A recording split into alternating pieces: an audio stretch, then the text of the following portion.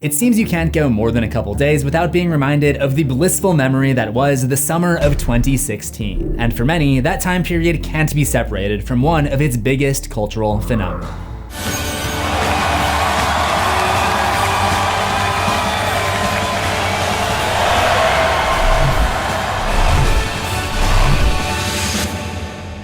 Pokémon Go was more than just a fun new game. For the first time in years, it got people out of their dreary houses and out of their smoggy cars to experience the world the way we were supposed to experience it. On foot, with a tribe of other humans with shared goals, to try and catch 'em all. I cannot understate how big of an impact this had. People were literally going out and finding dead bodies in nature because it had been so long since most people had gotten out of the house and explored. And this happened like every day that summer. But the majority of us who did not find ourselves in a Stephen King novella were having the time of our lives, exploring and meeting new friends. But as summer rolled over into autumn, Pokémon Go would not be the only craze to get people out and about on foot.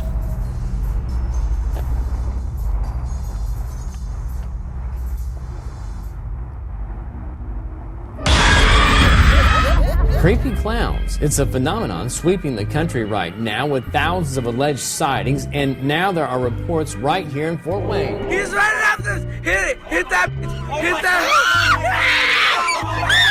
Oh, shit! Oh my god, dude! He's on the phone! That video was uploaded on October 5th, 2016. According to Google Trends, this is right around the peak of the 2016 clown mania. But how did things get so crazy to the point where creepy clowns were terrorizing people all over the country and world all at once? Was it a viral marketing campaign? Was it some kind of mass hysteria? Was it people just jumping on a trend? Or was it something far more terrifying? To learn the previously untold truths of the 2016 clown craze, stick around to the end of this video.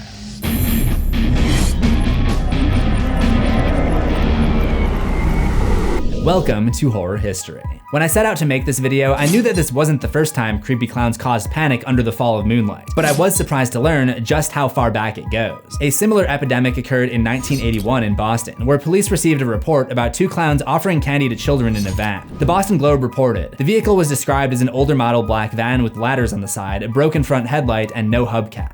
This allegedly kicked off several creepy clown sightings in the city that spring, prompting schools to send out memos and police to issue a bulletin. A disturbing detail is that all of the reported sightings came from very young children who were presumably alone. The Boston police didn't have any claims of adults even seeing these clowns. Just like in modern day, reports started coming up in other nearby states like Rhode Island, Pennsylvania, even spreading as far as Missouri. It's believed that the idea spread through newspaper and TV reports, but when it happened again in the 2010s, it went way bigger thanks to a much more powerful medium.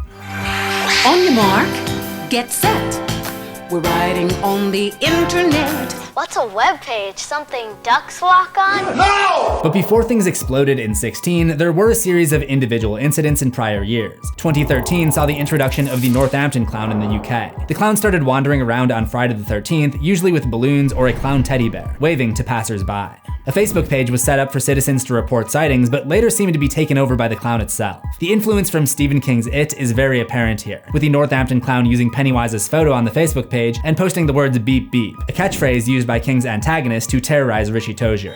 Beep, beep, Richie! The Northampton clown turned out to be a project from a trio of young filmmakers who had recently put out a mockumentary film about a timid circus clown. I'm a very calm person. The following year, in 2014, the people of Staten Island, New York were subject to the Staten Island clown. This one got pretty big. I remember hearing about it while living in California when it was going on. Yeah, a lot of people saying this is actually really a scary thing. The clown apparently hasn't said anything to anyone. He or she just stands there with balloons. While the Northampton clown was partially inspired by Pennywise, the Staten Island clown was literally just a Pennywise costume. The Staten Island clown was scary for like a week, but journalists quickly tied the character to a local production company, and the clown got his 15 minutes in the spotlight, parading around the city like a local celebrity in March and April of that year. The Staten Island clown inspired a few copycats that year in Jacksonville, Florida, Albuquerque, New Mexico, and Fishers, Indiana. The Jacksonville one was especially cool because all they did was go around and stare at surveillance cameras. The trend of eponymous clowns continued in October 2014 2014 with the Wasco Clown in Wasco, California. One of the coolest looking ones, if I might say, although it is just a Pennywise costume with a custom makeup job, but it is a cool makeup job. But this one was also staged for social media clout.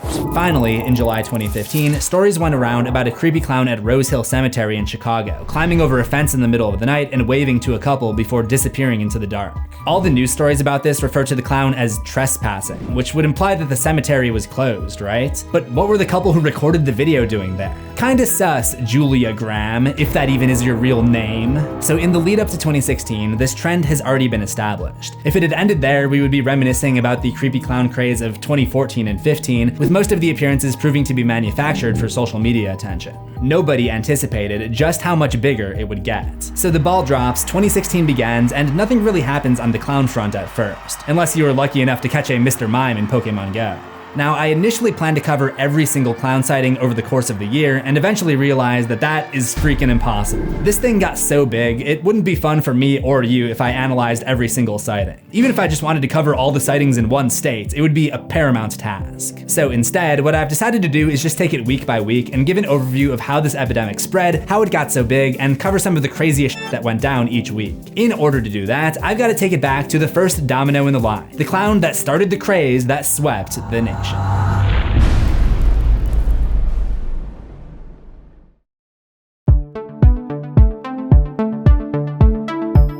As I've established, talking about creepy clowns without Pennywise being in the conversation is like talking about Pokémon without mentioning Pikachu. And in June 2016, a new movie adaptation of It would begin filming in Toronto, Canada. Just something to keep in mind as we go through the beginning stages of this mass hysteria. There was also the US release of the movie Clown on June 17th that may have helped set the mood for what was about to unfold. The story truly begins on August 1st with the creation of the Gags the Clown Facebook page and subsequent posting of 5 seemingly candid photos with the caption, "First sighting August 1st at 2 a.m. The post seemed to get the attention of Green Bay locals who recognized the location as the Mason Street Bridge, prompting some to check it out.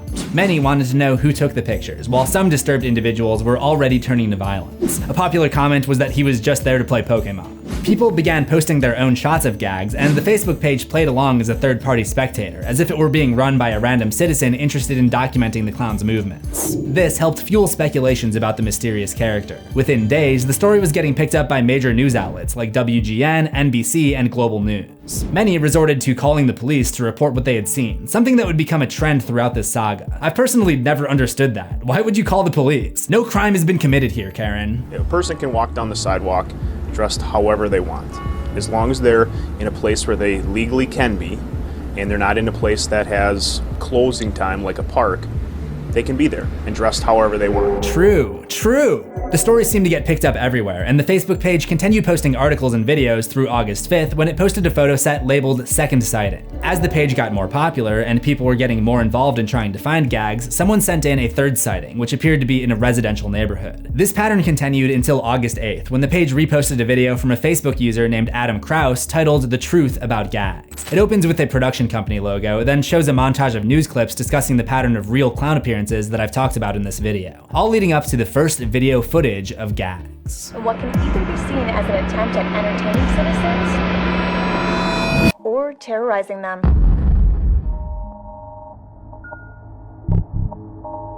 Who knows, we might see him tonight. He was last seen on the side of town we're going to. Oh, that would be awesome.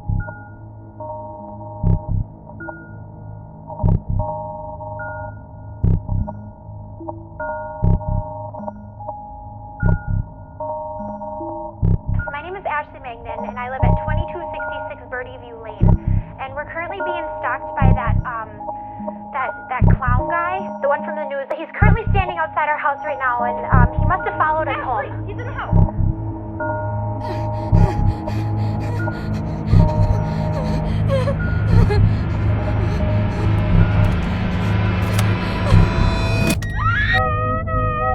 Yep, it was all a promotion for an indie horror movie, and Adam Kraus was the director. But still, what a brilliant idea for a viral marketing campaign. utilizing the momentum of clown reports over the last couple years and combining that with the current Pokémon Go trend by giving people another reason to get out of their house and try to snap a picture of Gags at these locations. Then allowing the photos to blow up online and become recognizable, only to drop the trailer featuring several scenes from those now iconic locations. An absolute masterclass in guerrilla marketing. It was all part of a planned 10-day marketing campaign, but don't worry, we'll check back in on Gags throughout the fall. The following week, August 7 through August 13, contained nothing of note, and the week after that, there was really just one thing, the reveal of Pennywise's new costume in the upcoming movie, which debuted August 16th in Entertainment Weekly. Things didn't get interesting again until August 19th. They're at that tree back there. Nat Arnold's mom is watching over him a little closer these days. This is ridiculous. We got kids out here in this community. That's after he came running home, saying he'd seen something strange in these woods. Clowns hidden through the trees. There was clowns running in the woods telling the kids that they had candy and they would give it to them if they came down. It began with a police report in Greenville, South Carolina, filed August 21st, 2 days after the sighting on the 19th, in the woods next to the Fleetwood Manor apartments. One often overlooked detail of this report was that several kids said that clowns were carrying flashing green laser lights. We will definitely come back to that. This alone didn't make the news right away, but the next day, the boy's mom reported 30 kids claiming to have seen clowns in the woods. This continued throughout the week, causing the property manager to have to send out a memo on the 24th, warning of people in clown costumes trying to lure children into the woods. At no time should a child be alone at night, or walking in the roads or wooded areas at night. He encourages anyone who sees anything to call the police, who are making daily visits to the complex. Some versions of the story claim that the clowns offered the kids money, and one woman spotted a clown who waved at her near the dumpster. But as police continued to turn up empty-handed, sightings continued to pile up. Somehow the media didn't get on this until the next week, August 29th, but when they did, the story exploded nationally. This incident report shows that residents have heard chains banging on their doors. Two little boys went in the woods and they came back. It was like, it's a clown, it's a clown. They went and got other kids and all of them come back. Then they come back crying. So we was like, all right, it must be something in the woods. The clown scares continue. 2 more sightings just today. See our exclusive interview with the young man who claims the clown came to his house. Children also said the clowns lived in a house located near a pond at the end of a man-made trail in the woods. Police have gone to the house but have not been able to find any clothing or anything that indicates someone lives there. As the legend continued to grow, the clowns supposedly expanded to other apartment complexes. And the little girl was like, we see the clown. So everybody just automatically took off running. And so me and my friend here, we get down here to the bottom. They was like, there they go. And we see them busting through the wood right here, pulling the wood, and they ran through. And they jumped in the all-black Honda and just took off. Yeah, I don't believe these two. The woman seems a little bit smiley for someone who nearly just got her kids abducted, and it doesn't make sense that the clown would take the time to try to pry open the fence while being chased and slide through while wearing baggy clothes. This is gonna be a recurring theme going forward. For every X amount of legitimate sightings, there are gonna be those who make up stories to get their 15 minutes of fame. I listened to one 911 call where the woman was able to provide an estimate on the clown's age, despite the fact that he was wearing a mask. How old did he look to be? I don't know, like 38. What was he wearing? He was wearing a black jacket and the clown mask. We do know that there were clowns thanks to this picture taken sometime before September 3rd. Whether or not this photo was staged is impossible to tell. Would you describe this as the black jacket? Maybe, it's hard to say. At this point, it's been 12 days since the initial sighting, so it's possible that there are already copycats. But everything stays contained in Greenville over the first week. But on August 31st, a report came from the neighboring city of Spartanburg that a woman had seen someone dressed as a clown in her backyard at night. Whatever was happening, it was spreading, but not spreading very far. This could suggest that there was one local group behind it all, but I'll get into my theories on the spread a little bit later. It was clear that there were multiple clowns causing the frenzy though, because on September 1st, Greenville police held a press conference to confirm that there were multiple different suspect descriptions, and they would pose an interesting theory.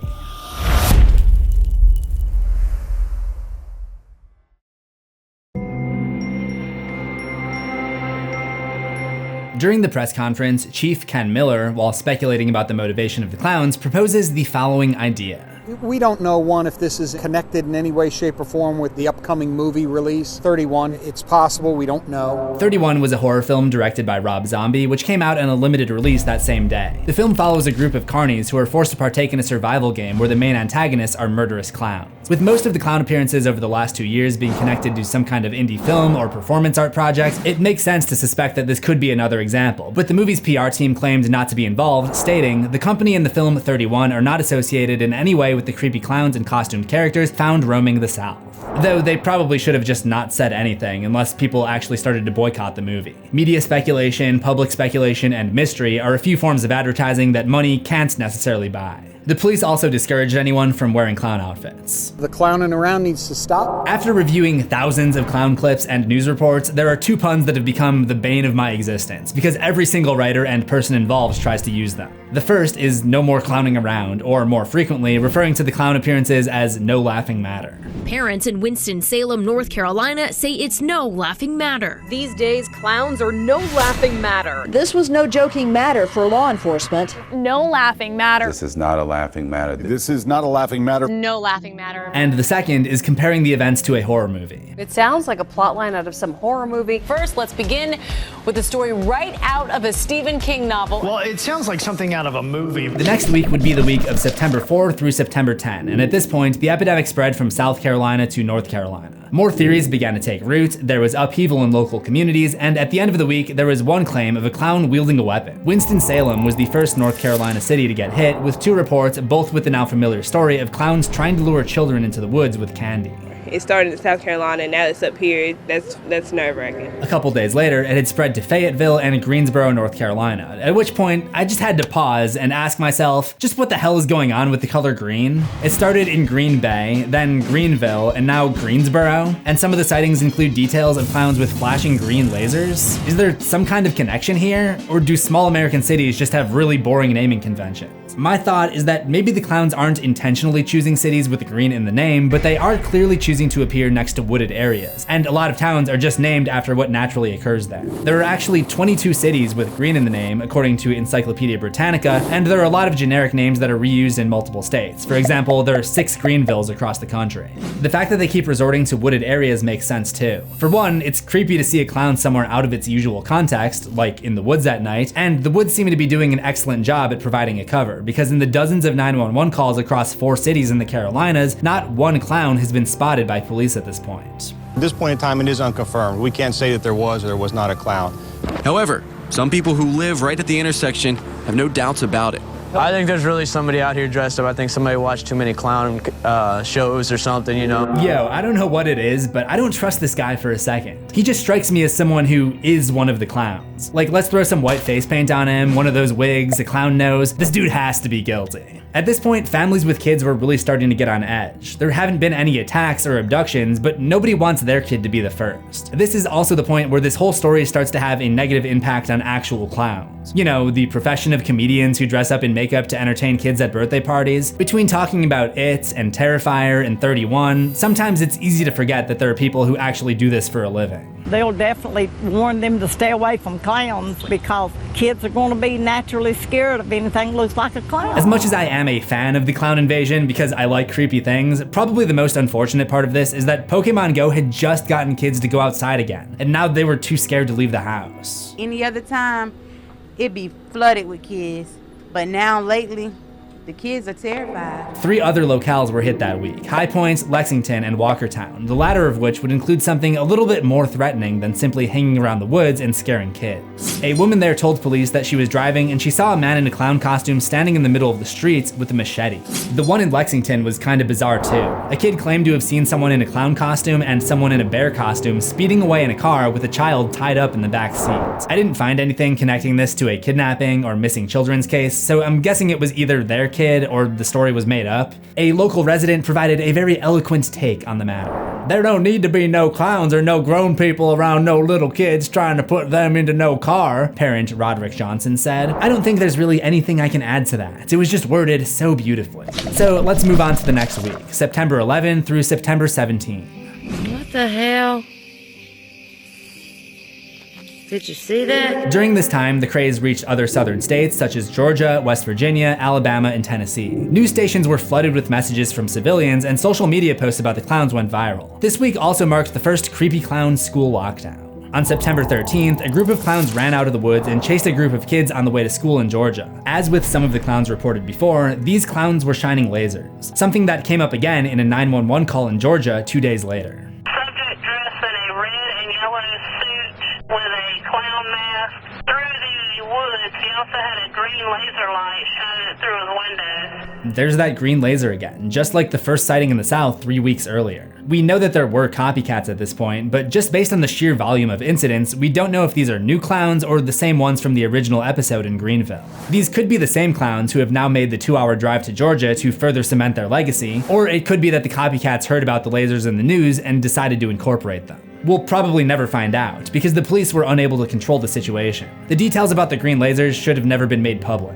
Sure, I understand why it's important for the media to report on what happened so that locals know to be vigilant, but they could have just said, be careful of clowns in the woods, without giving specific identifying details. This way, if another report came up with similar details, they could have some confidence that it was the same clowns, not a copycat. Keeping details under wraps may have been an impossible task though. You can request that civilians please not talk to the media, but you can't force them. Plus, there are so many kids who saw those initial gestures, rumors were probably going to leak one way or another. But by failing to contain information, repeat offenders didn't have to be afraid of continuing their circus of terror. Because if they did get caught, they could just claim that they saw it on the news and wanted to get in on the fun by scaring people. As I mentioned, this is not a crime. There would be nothing to tie them to the clowns who tried to lure kids into the woods. I'm not even entirely sure that would be a crime as long as they never touched or tried to restrain the kids in any way, but I have to imagine it would certainly get you on some kind of watch list. But even under the assumption that most of this is being driven by copycats, why has this outbreak moved so slowly from city to city and state to state in the American South? You'd think with all this stuff all over the news and internet, it would instantly be a sensation everywhere. I may have found the answer.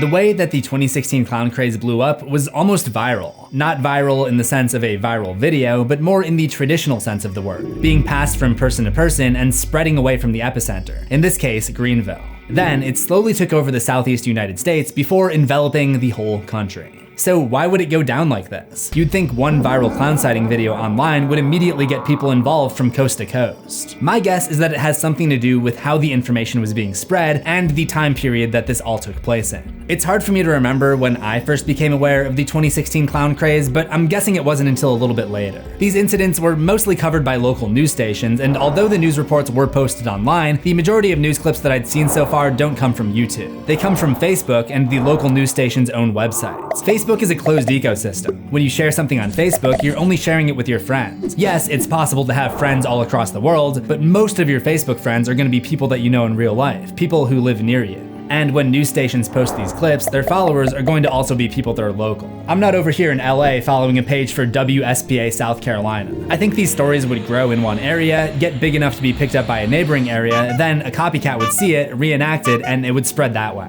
Yes, there were videos on YouTube from big national publications. Some of them got a lot of views, but most of the videos on this still have around 30,000, which I imagine was mostly local. The clowns didn't really become a big thing on YouTube until October, when people actually started capturing them on video. A lot of those were probably faked, but we'll get to that when we get to October. Also, this was 2016 YouTube. It was a different era. Gone were the days when YouTube was a site you came to for funny clips of a dog on a skateboard, or a baby biting his brother's finger, or a dramatic chipmunk who was actually a prairie dog.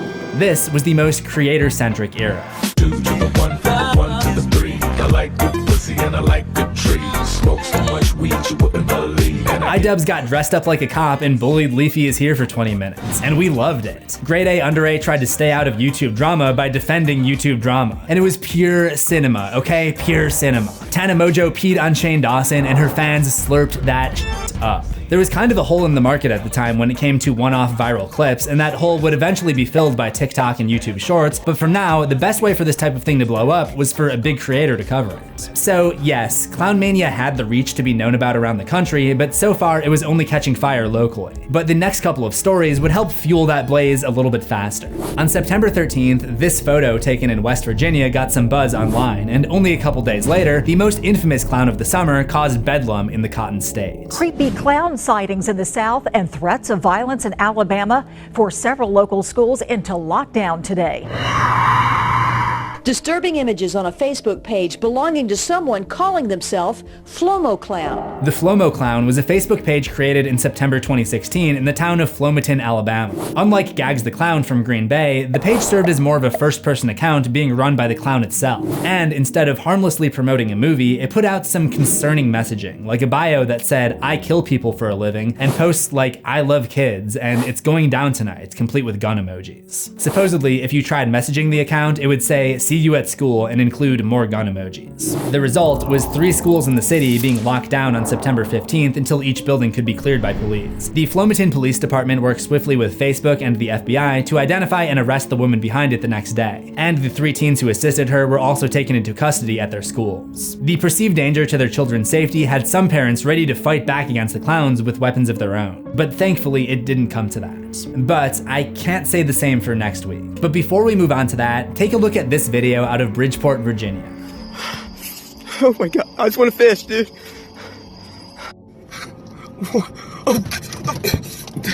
As the clown trend continued to grow, we finally started seeing more first-hand videos of the encounters. Sometimes it was easy to tell staged videos apart from genuine fear, but this video, according to Yahoo News, lies somewhere in between. The man's friend knew that he would be out there and decided to dress up as a clown and scare him, so his reaction is real. I love this, and I just wanted to include it to show an example of the right way to do this prank, as opposed to the previous story, which was very much the wrong way, which I can't approve of. Leaves began to drop as summer turned to autumn in the northern hemisphere during the week of September 18 through September 24. The best way I can describe this week is that everything from the previous week happened repeatedly. Several schools are locked down, people are caught filing false reports, more clowns take to social media to frighten their victims, more arrests are made, but this time, someone really does get hurt. I guess it was only a matter of time. Kentucky, Pennsylvania, Mississippi, Ohio, and Florida all joined the map of affected regions. It's actually kind of insane that it took this long for Florida. I think this is also where the hysteria kind of gets out of control to where it already felt like it was being milked by the media. I watched one news segment where they sent a field reporter out to investigate a report of a clown that was just standing by some signs. The clip is only 84 seconds, and it still feels like this dude is trying to stretch it out as long as possible. Probably because they have nothing to say.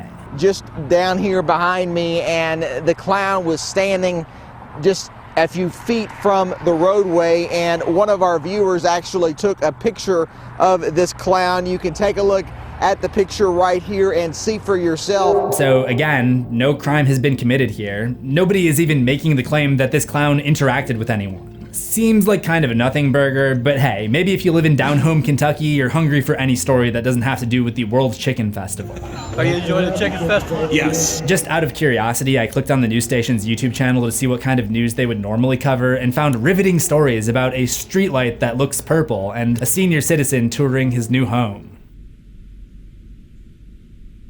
Of course, there were also some more substantial clown appearances. On September 19th, in a Pottsville, Pennsylvania neighborhood called Greenwood Hill, because of course green, a 12-year-old girl was allegedly chased by a clown who had been eating something in the woods. I get that you guys are just kids, but I'm gonna need you to be a little bit more specific. What were they eating? A corpse? A deer skull? A bag of chips? The details are kind of important. Once again, people were freaked out, but nothing bad actually happened. The worst outcomes to this point have been lockdowns where schools and other activities were disrupted, but ultimately no one was hurt. That would allegedly change later that day over the Smoky Mountains in Tennessee.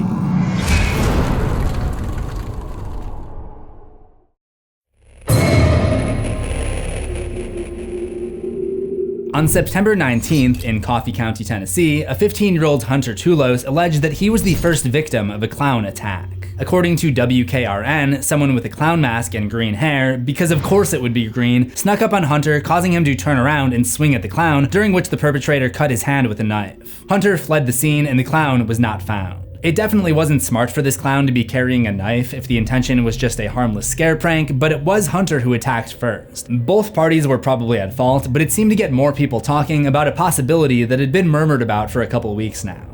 Boo! You do that to the wrong person wearing this clown mask, and you might just get shot. And now one Middle Tennessee sheriff says it's just a matter of time before that happens. There was a similar sentiment 2 days later when a clown in an orange jumpsuit showed up on campus at Meridian Community College. One student was quoted by ABC 11 saying, "We're gonna have to square up on them." Should residents here be concerned? I think the clown should be concerned. So there's this growing sentiment that something is going to happen. Someone's gonna do something.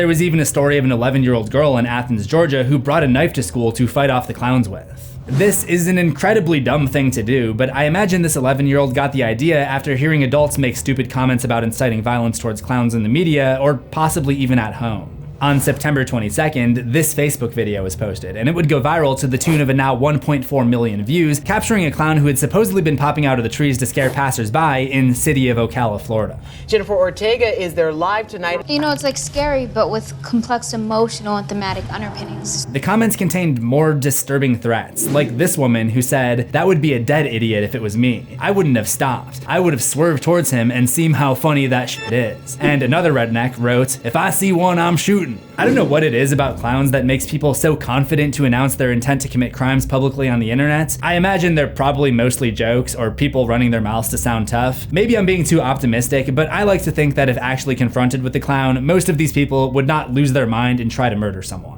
In any event, this and other videos started to catch fire more so than in previous weeks and contributed to the biggest explosion that we've seen yet. During the week of September 25 to October 1, the craze finally went bi-coastal, reaching Maryland, New York, New Jersey, Maryland. I wrote Maryland twice. Louisiana, Indiana, Illinois, Missouri, Arizona, Oregon, Washington State, and Maryland.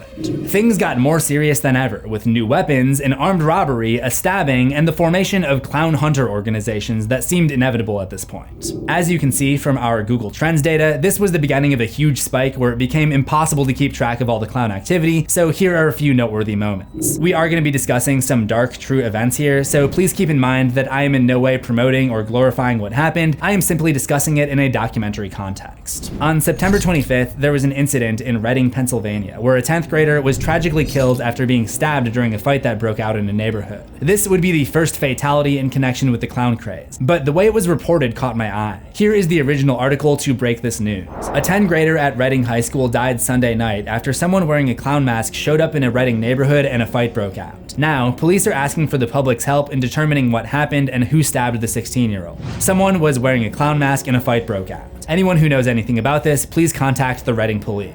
Those of you who have seen my Candyman horror history may remember that I talked about a concept called a narrative drift and how it can create false narratives in the news. This is a perfect example of that. It operates very much like the game of telephone. One journalist makes a report, another publication creates an article based on that, people report on the secondhand information, and little details get changed along the way, and you end up with a bunch of false headlines.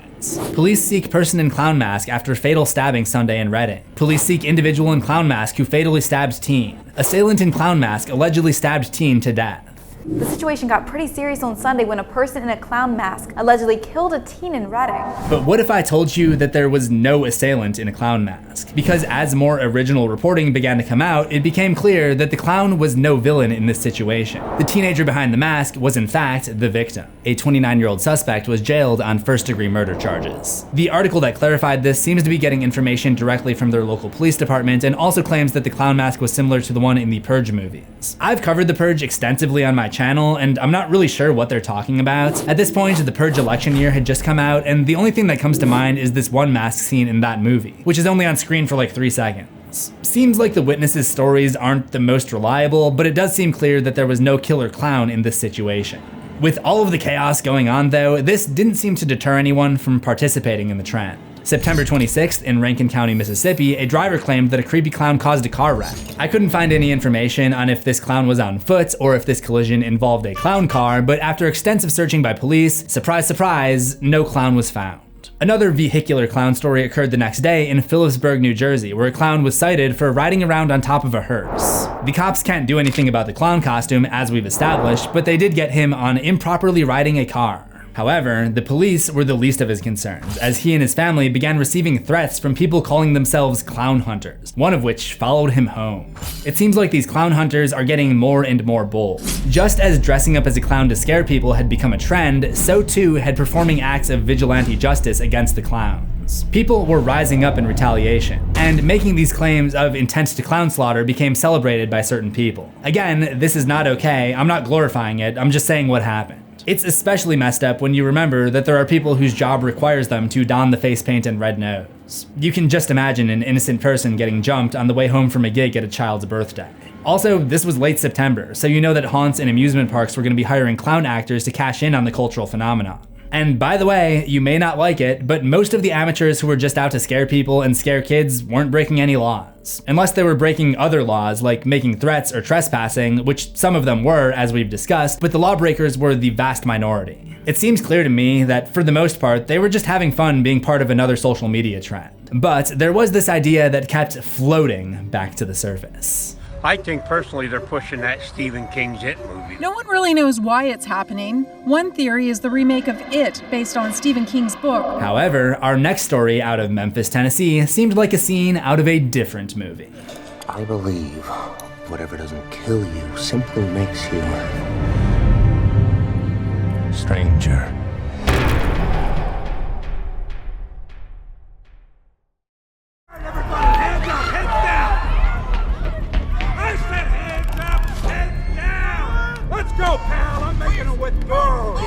Fiction became reality on September 28th when two men armed with explosives walked into a bank, Tennessee, and made off with an undisclosed amount of cash. Explosives in a bank robbery are pretty rare, only about 2.5% in 2016, and clown mask robberies also seem to be pretty rare, making this a truly one-of-a-kind event. Luckily, unlike in The Dark Knight, no one was hurt. But police across the country were getting really fed up with every call being another clown sighting. Sure, there were some real crimes among them, but the majority seemed to only be pantomiming an actual legal infraction. Police here in Chesterfield tell me just overnight they've received 6 separate calls about these sinister clowns lurking in neighborhoods. With the huge uptick in calls, police departments didn't have the resources to properly look into them all. One sheriff in Greenville, Ohio, because of course it would be Greenville, Ohio, got superheated and took to Facebook to vent. Take heed. The warning is for you. Yes, you, the idiot. As of today, we have issued 6,125 CCW permits in Dark County alone. Just a number to consider next time you think about donning your clown outfit. You might also ask yourself how your luck will be today.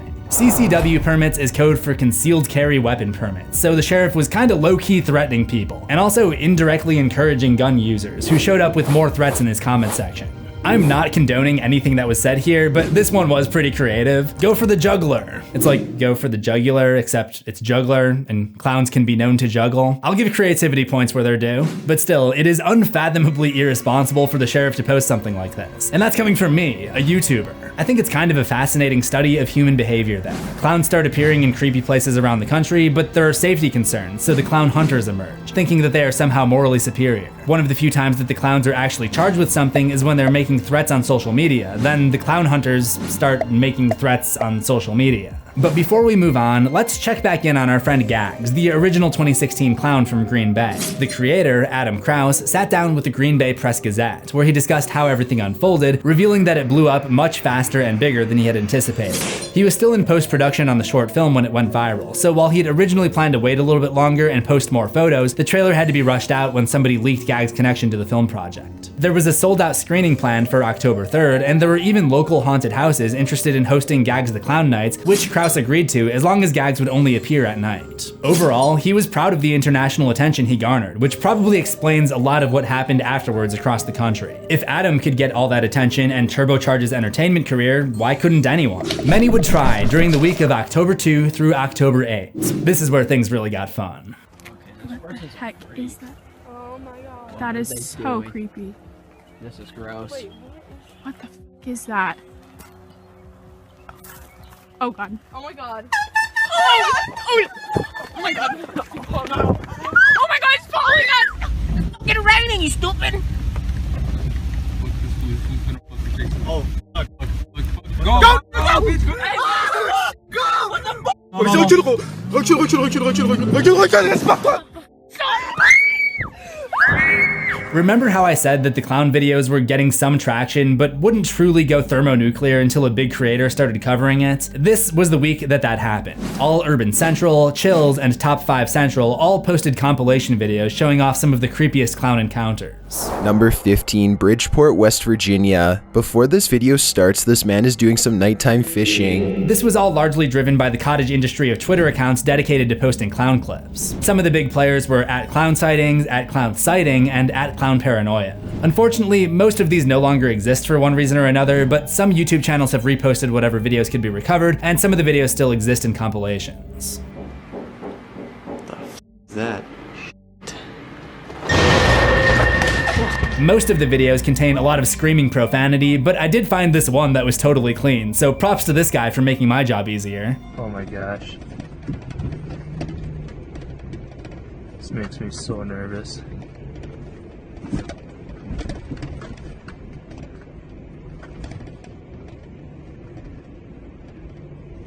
What the heck? Oh my gosh. Did you guys see that? What the fuck is that? Oh my goodness.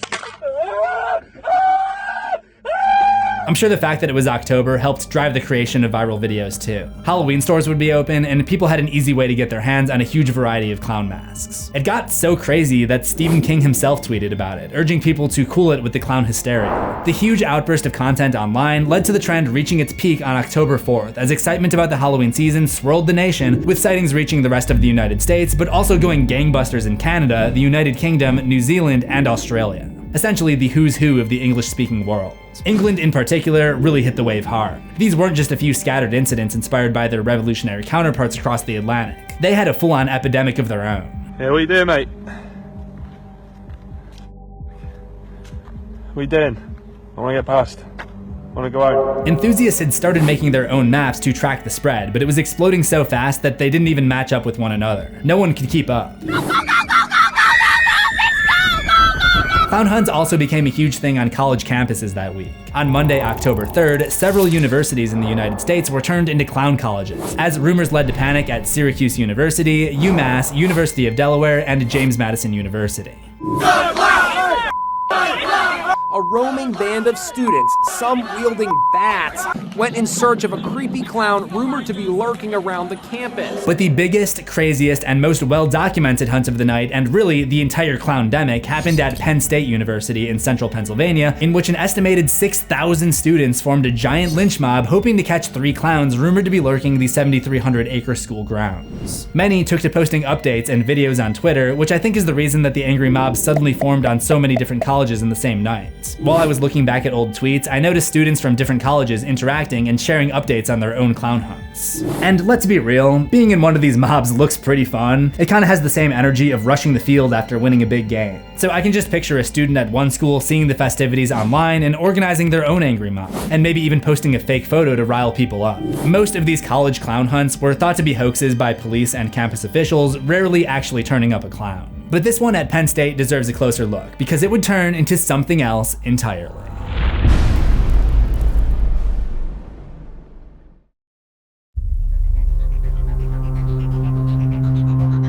It seemed to start just before midnight local time. Apparently, it was homecoming week, and the first sighting was out this window in the freshman dorms.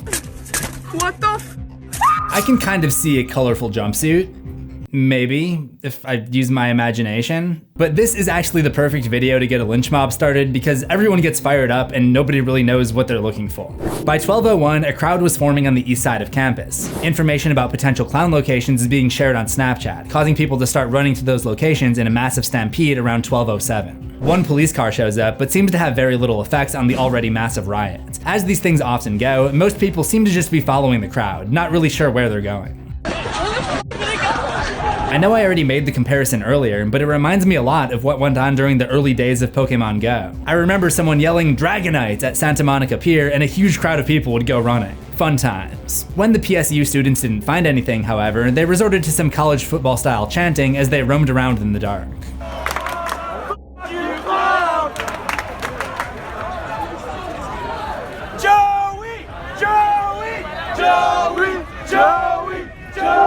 I do not know who Joey is, but I'll give you my best guess in a little bit. The commotion attracts the attention of any students who are still in their dorms, leading even more people to come outside and join the mob. They would grab brooms, hockey sticks, and whatever else they could find to potentially fend off the clowns. There seemed to be 2 main areas of congregation after this. Pollock Halls, a large housing area on the east side, and the Old Main, literally the main building, kind of like the town hall of the school.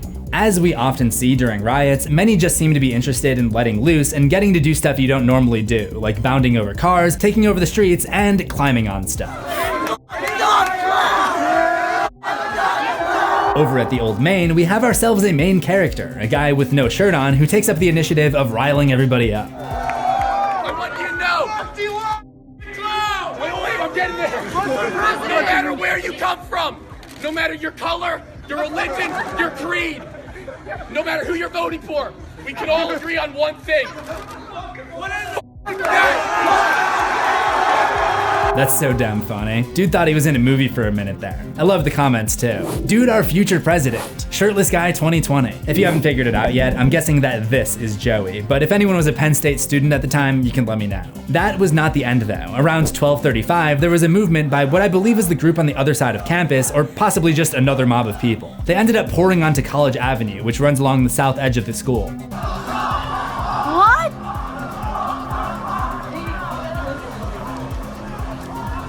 Sometime around 12:45, someone projected an image of Pennywise onto an apartment building just south of the school called Beaver Hill. I'm not sure if this was intended to scare people or if it was something of a digital wanted poster. Meanwhile, back at the main, around 12:53 a.m., it had basically turned into a Nittany Lions cheering section, with the crowd singing Seven Nation Army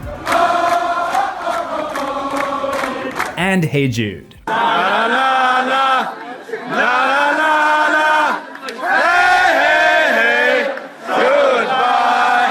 Because everyone knows clowns hate the White Stripes and the Beatles. But eventually more police showed up and people did decide to get out of there. As far as I can tell, no one got hurt. Even this one guy who jumped out of a tree around 1:40 a.m.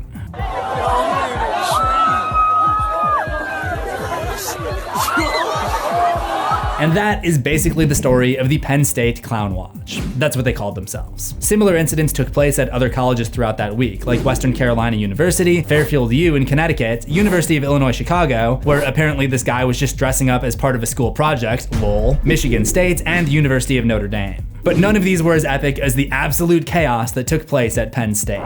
The other highlight from early October, other than the hordes of entertaining videos, was this story out of Fair Lawn, New Jersey on October 6th. Hey, at least it wasn't Green Lawn, New Jersey. A woman said she was followed for 20 miles by a truck full of creepy clowns. The driver of the clown truck was cited for reckless driving, and a passenger was caught with drug substance possession. I also saw a lot of reports about the economic impact that this was all having. Clown costume sales were reportedly up 300%, while for hire clowns saw a steep decline in bookings.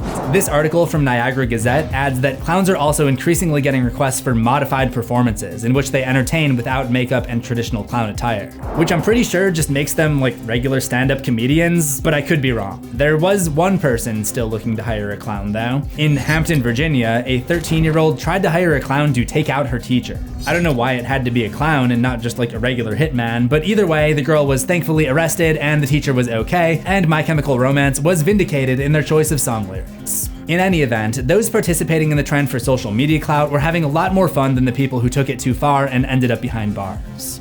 Okay, I think we should dip, dog. Nah, you think that fucking around? Hey, that food's coming, that food's coming. Food.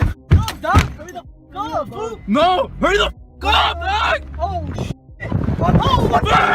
October 9 through October 15 was really the last week that the craze was big. As you can see, it fell off pretty fast after the peak. The sightings spread to smaller communities that filled in the cracks between previous sightings, as well as reaching countries that don't speak English as their first language, like the Netherlands and Thailand. This week would see a classic battle of the ages, as well as a clown sighting that turned out to be something else entirely.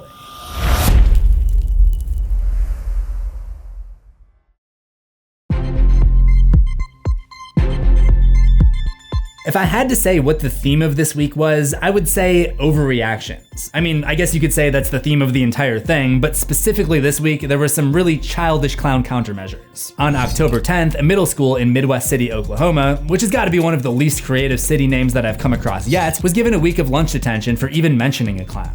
Tim Butler of Midwest City says his wife saw something horrifying last Thursday, a creepy clown walking down their street. Like most kids, Butler's 12-year-old daughter told a friend at school what happened in between classes and got in trouble for it.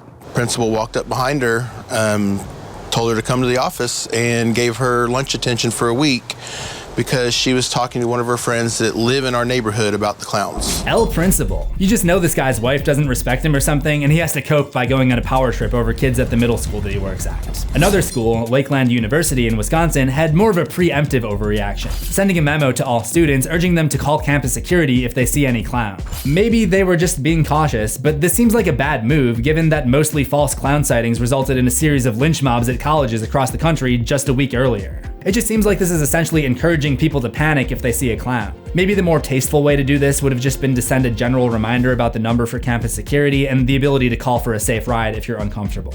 But the funniest overreaction had to be in Southport in the UK on October 11th, where police were called to investigate a creepy clown at a primary school, only to find that it was just a woman with curly hair. An eyewitness said, "It was just a woman with curly hair. She was only putting things into the boot of a car. Poor woman." My British accent is amazing. I don't want to hear any criticisms about it. Schools were not the only ones to overreact. I already talked about this extensively in an episode that I did last year about the dark history of Ronald McDonald, but the delirium got so ridiculous that the fast food burger chain was forced to make a decision about their colorful mascot. Creepy clown sightings like these are proving to be a threat to Ronald's image, the company deciding to sideline their cheerful mascot, saying in a statement, McDonald's and franchisees in the local markets are mindful of the current climate around clown sightings in the communities and as such are being thoughtful in respect to Ronald McDonald's participation in community events for the time being. Generally, people thought this was going too far. That's messed up, you know, that really just, it's not right for McDonald's to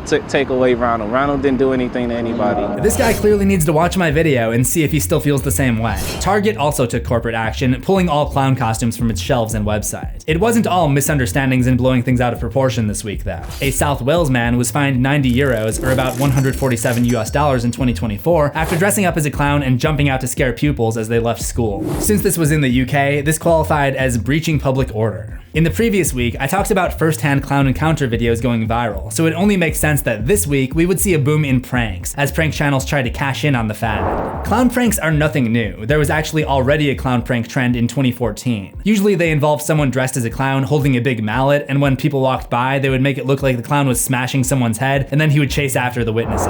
I really liked these videos back in the day. They do an awesome job of selling the danger in order to get a good reaction. The clown pranks in 2016 were not as high quality, most likely because everyone was trying to get in on it before it went out of fashion, and a lot of channels participating were not actually prank channels. Some of them were pretty funny though.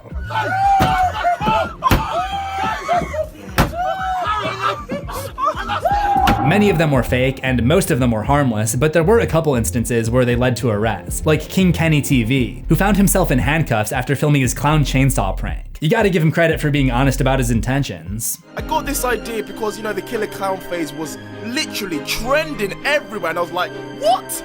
This is a perfect opportunity for me to grow my YouTube channel and gain some more subscribers and views. And you know what? I was like, wait, no, I can't chase strangers with a chainsaw. I'm gonna need to get some actors so I can fool the YouTube audience that I was chasing real people. So you know what? I filmed in various locations with all of my friends.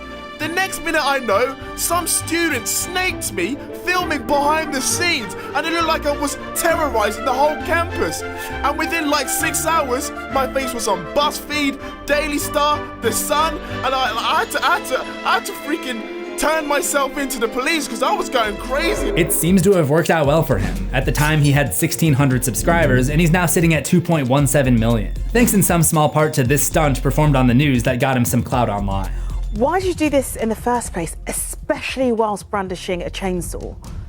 All right, so firstly, can I just say Keemstar is the best YouTuber of all time? Keemstar. What an absolute legend. I don't know how you could top that. Also in the news, one person in London, Texas uploaded a video of a clown with a knife approaching his house at 2:25 a.m. and seemingly trying to get inside. It's impossible to say if this was real or staged, but it is one of the more chilling clown videos I've seen. Sometimes subtlety is the best recipe for horror, and there's something unsettling about how methodical this clown is. But in the midst of a world filled with evil-looking jesters and jokers, there was one man brave enough to rise up. In the town of Whitehaven in northwest England, a dark night emerged to protect the traumatized children. And he's not wearing hockey pads. He took to social media to spread his message. To all the little kids that's been scared and affected by these clowns, you don't need to worry anymore. Batman's taking care of it. And as for you clowns, if you want to scare someone, why don't you try and scare me? Yo! Joey may have thought he was in a movie, but this dude actually needs to be in one. Surprisingly, this basically kind of works. There are photos of him chasing away Riddlers and even messages from kids thanking him for his heroics. And you gotta love this story because nobody was hurt or threatened, and this guy literally just fought people in costumes with a costume of his own. W Batman. Not every country was so well protected though. Sadly, on October 14th, a man in Sweden was stabbed in the shoulder by someone in a clown mask. It is one of the few times that a creepy clown actually attacks someone. I just wish we got to see some police sketches of the alleged creepy clowns. That sounds like it could be a new genre of horror art all on its own. But for now, we just have photos and video. While home alone, she caught this in the glass of her front door. As things started to wind down the following week, a wrinkle would manifest for the first time, as a clown encounter would lead to shots being fired.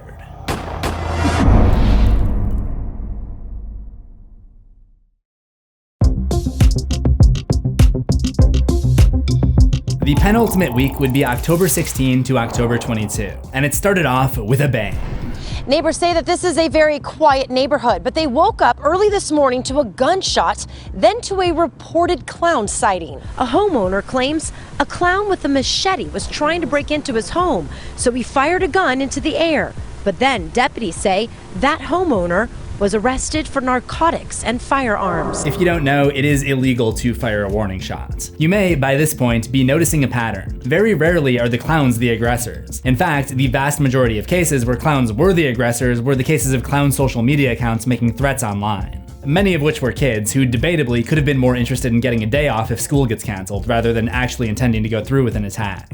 I'm not excusing their actions, but it's pretty rare to find the clowns actually attacking someone. But this week would contain the majority of examples. The next day, a mother in Huddersfield, UK claimed a knife-wielding clown tried to kidnap her baby, and on the 21st, a 19-year-old was beat up by a horror clown with a baseball bat in Germany. In response to the drama, someone created an app called Clown Spotter. I'm sure he had good intentions, but again, it probably just raised more concern than it actually helped anybody. It seems like most of these clowns tend to just disappear after one encounter, which is why so many of the reports ended up being unconfirmed by the police. Also, it was about to be Halloween, so chances are the majority of sightings reported in the app would just be harmless Halloween costumes. The app was made by a student in Montreal, so it was probably more of a demonstration of his capabilities as an app developer that he could show to potential employers. Not so much something that would be practical in the real world. Besides, we already have a clown app. Follow me at CZsWorld_horror. October 23 through October 29 was the last week before Halloween. Not much happened really. Everything that could have happened has already happened at this point. Sadiq Muhammad, who goes by Hood Clips on Instagram, was doing some scare pranks in Stockton, California, and one person appears to pull out a gun and start beating on him.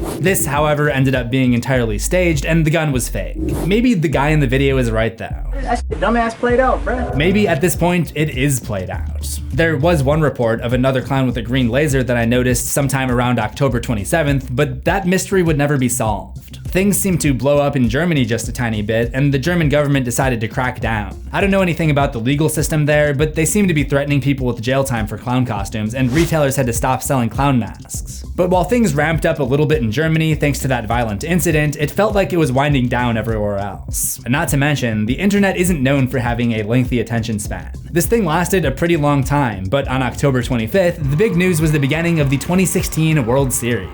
The Chicago Cubs would go up against the Cleveland Indians, the two teams with the longest active championship droughts, combining for a total of 176 years without a trophy. This would go on to be the greatest World Series of all time, occupying the most attention in pop culture, even for people who had never watched a baseball game in their life. The only clown during the World Series was Trevor Bauer, posting a 5.40 ERA after cutting his hand on a drone the week before. Halloween came and went without incident. Terrifier premiered that night at Telluride Horror Show, a horror film festival in Colorado. I highly doubt any of the clown videos were a paid promotion for Terrifier. It had been a full 3 months of mayhem. They didn't need to do anything for Art the Clown, the public put creepy clowns in the news for them. The only trouble I could find from Halloween was this woman in Gloucester in England, who says a clown showed up at her door and stabbed her in the leg through her letterbox. I have no idea what that means, but I think she's trying to say that he stuck a knife into the mail slot. She got away with a small wound, and as far as I know, the clown was never found. But despite this, world peace would come just a few days later. In the early hours of the morning on November 3rd, Chris Bryant fielded a bloop grounder from Michael Martinez and threw him out at first to win the World Series and put an end to the curse that had plagued the north side of Chicago for the last century. And it seemed like the curse of the creepy clowns was over too. All was right in the world.